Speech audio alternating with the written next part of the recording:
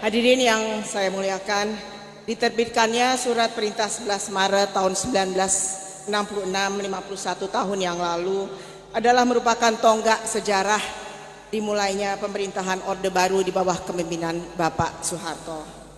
Selama lebih dari 32 tahun beliau memberikan dharma baktinya, mencurahkan tenaga dan pikirannya untuk membangun negeri, bangsa, dan rakyat yang sangat beliau cintai. Dengan menggunakan strategi trilogi pembangunan, yaitu stabilitas, pertumbuhan, dan pemerataan. Berbagai pembangunan di segala bidang dilaksanakan, terutama di bidang pertanian, infrastruktur, dan kesejahteraan rakyat.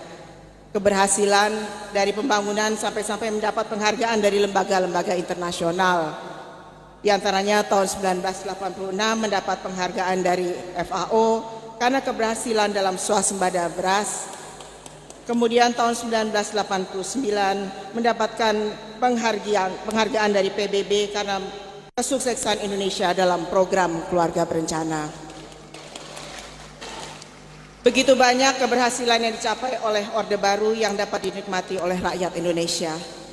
Kita sudah bersiap-siap untuk tinggal landas, namun krisis keuangan yang melanda Asia Tenggara di tahun 1997 berimbas juga kepada negara kita, sehingga kita crash di ujung landasan.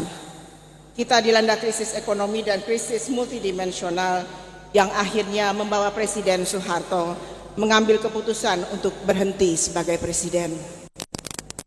Saya masih ingat satu malam sebelum Pak Harto memutuskan untuk lengser, beliau memanggil kami putra-putrinya, mengatakan bahwa besok saya akan berhenti sebagai presiden.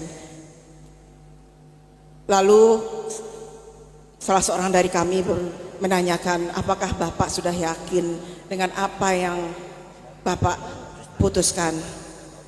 Beliau hanya mengatakan bahwa sejarah akan membuktikan apa yang Bapak dan Ibumu telah buat untuk bangsa ini. 20 tahun reformasi berjalan tidak membuat negara ini menjadi lebih baik. Bahkan kesenjangan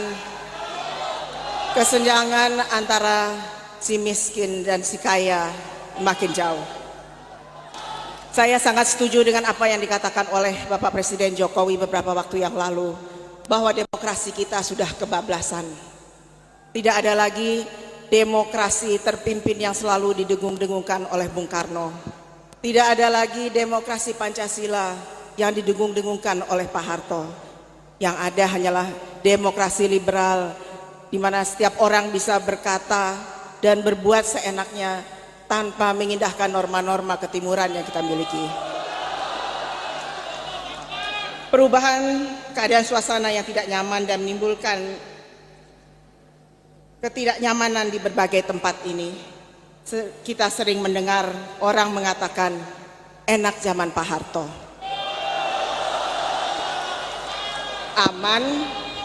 Aman, gampang cari makan, dan gampang cari kerja.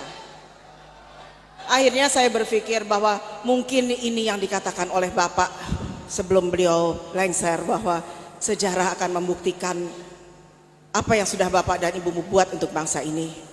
Begitu banyak rakyat yang merindukan dan mendoakan Pak Harto. Hadirin yang dimuliakan Allah, marilah bersama-sama kita melanjutkan perjuangan beliau untuk membangun dan mensejahterakan bangsa ini.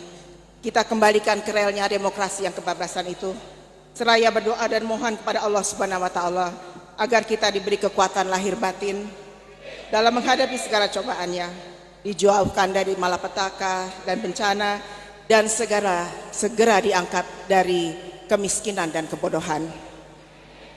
Sekali lagi saya atas nama keluarga besar Haji Muhammad Soeharto mengucapkan terima kasih dan penghargaan yang setingginya atas doa-doa yang dipanjatkan untuk almarhum Pak Harto dan Ibu Tien Soeharto.